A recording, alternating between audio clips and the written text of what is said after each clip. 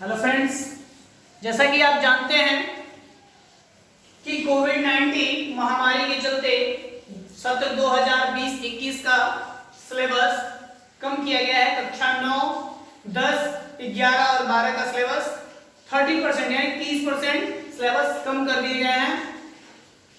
तो आज हम कक्षा 12 के रसायन विज्ञान के बारे में जानेंगे कि उनमें क्या क्या कमी हो चुकी है। ठीक है,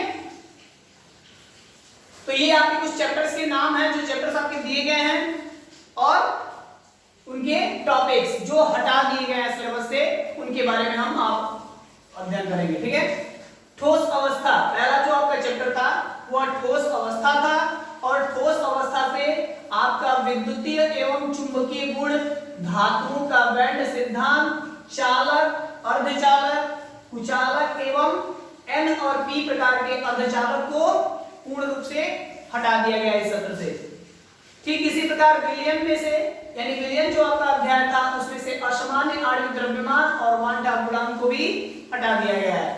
तीसरा जो चैप्टर था उसमें से वैद्युत अपघटन के नियम, शुष्क सेल, वैद्युत अपघटनी सेल, गैल्वेनिक सेल, सीसा संचायक सेल, ईंधन सेल, संक्षारण हटा दिए गए हैं। तो ये जितने आपके सेल थे वह सारे के सारे सेल क्या हो चुके हैं, अभी हटा दिए गए हैं इस सत्र से। ठीक है, रासायनिक बलगति जो चैप्टर था उसमें से आपका संघट्य सिद्धांत की अवधारणा, सक्रियण ऊर्जा, आर्हेनियस समीकरण को भी हटा दिया गया है। अगला जो चैप्टर था पृष्ठ रसायन, उसमें से उत्प्रेरक समांगी यानी समांगी और विषमांगी उत्प्रेरक को हटा दिया गया है। सक्रियता और उसकी चयनात्मकता को हटा दी गई है। एंजाइम हटा दिया गया है। उत्प्रेरण पायस एवं उसके प्रकार को भी हटा दिया गया है। ठीक इसी प्रकार तत्वों के निष्कर्षण सिद्धांत प्रक्रम जो आपका अध्याय था, छठा चैप्टर जो था वह पूर्ण रूप से इस सत्र के लिए हटा दिया गया है। इसमें आपको कुछ नहीं पढ़ना है, यानी पूरा अध्याय जो ये है वो आपको नहीं पढ़ना है, ये पूर्ण रूप से बैन कर दी गई है, इसको हटा दिया गया है।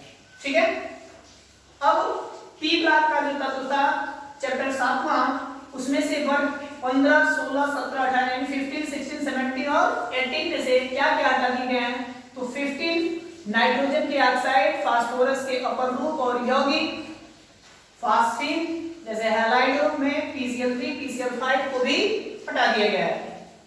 वर्ग 16 से सल्फ्यूरिक अम्ल के औद्योगिक उत्पादन को हटा दिया गया है।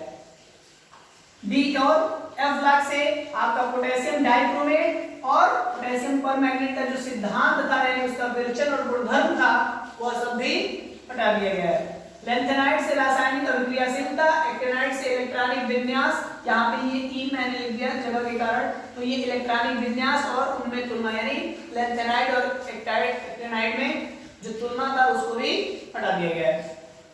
उप रासायनिक यौगिक से संरचना एवं सामर्थ्यता, धातुओं के निष्कर्षण, गुणात्मक विश्लेषण तथा उपसर्जनों का महत्व हटा दिया गया है। हेलोएल्केन और हेलोएलिन से आपका डाइक्लोरोमेथेन, ट्राइक्लोरोमेथेन, टेट्राक्लोरोमेथेन, आयोडोफॉर्म, फ्रेयान, डीडीटी और उसके उपयोग ये सारे के सारे हटा दिए गए हैं। अब अगला जो चैप्टर था अल्कोहल फिनॉल ईथर, उसमें से मेथेनॉल और एथेनॉल का उपयोग भी हटा दिया गया है। इसके बाद आपका नाइट्रोजन यौगिक, नाइट्रोजन के यौगिक जो चैप्टर थे उसको भी उसमें से कुछ हेडिंग्स को हटा दिए गए हैं। जैव अणु में से भी आपके ग्लूकोज, ठीक है, ग्लूकोज, फ्रक्टोज ये सब टॉपिकों को भी हटाया गया है। उसके बाद जैव अणु के बाद आपका जो चैप्टर आता था बहुलक और 16वां चैप्टर जो 15वां बहुलक और उसके बाद से था आपका क्या दैनिक जीवन में रसायन। इन दोनों चैप्टर को पूर्ण रूप से हटा दिए गए हैं, यानी इस सत्र में नहीं पढ़ना है। अब इसके बाद जरा सोचिए, यह सारे के सारे टॉपिक्स आपके हटा दिए हैं, किंतु ऐसा नहीं है कि यह पूछे नहीं जाते हैं। कंपटीशन में इन टॉपिकों का महत्व होता है, यानी इन बिंदुओं को पढ़ना आवश्यक है। तो हम सारे के सारे चीजों को नहीं छोड़ सकते, इसलिए हम पढ़ाई समय के अनुसार होते हुए सबकी करेंगे। हाँ, ये याद रहे कि आपको यूपी बोर्ड में जो एग्जाम होने वाले होंगे उस टाइम आपको इसको नहीं पढ़ना होगा और एग्जाम में नहीं लिखना होगा, क्योंकि इससे क्वेश्चन आपके नहीं पूछे जाएंगे। किंतु हम लोग इसको छोड़ेंगे नहीं, समय रहते अगर जैसे ही हम लोग अभी ऑनलाइन जो क्लास चल रही है उसमें आप लोग को ये मिलता रहेगा, ऐसा नहीं है कि इसको नहीं पढ़ाया जाएगा, ऑनलाइन में भी भेजा जाएगा और जब ऑफलाइन क्लासेस शुरू होती हैं तो वहां भी आपको बताने का पूर्ण रूप से प्रयास किया जाएगा।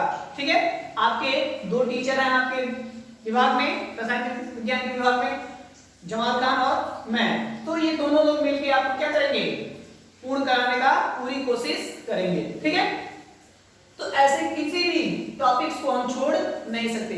अगर आप सबके साथ छोड़ ही दोगे तो फिर आगे कंपटीशन के योग्य नहीं रहोगे, और जब कंपटीशन ही नहीं निकालोगे तो किसी नीट हो, आईआईटी हो या फिर किसी अन्य कंपटीशन में भाग लेने योग्य, जैसे बीएससी हो, बीएससी नर्सिंग हो, इन सब चीजों में आप भाग नहीं ले सकते हो। जब आपसे कंपटीशन ही नहीं निकलेगा तो फिर भाग कैसे ले सकते हो।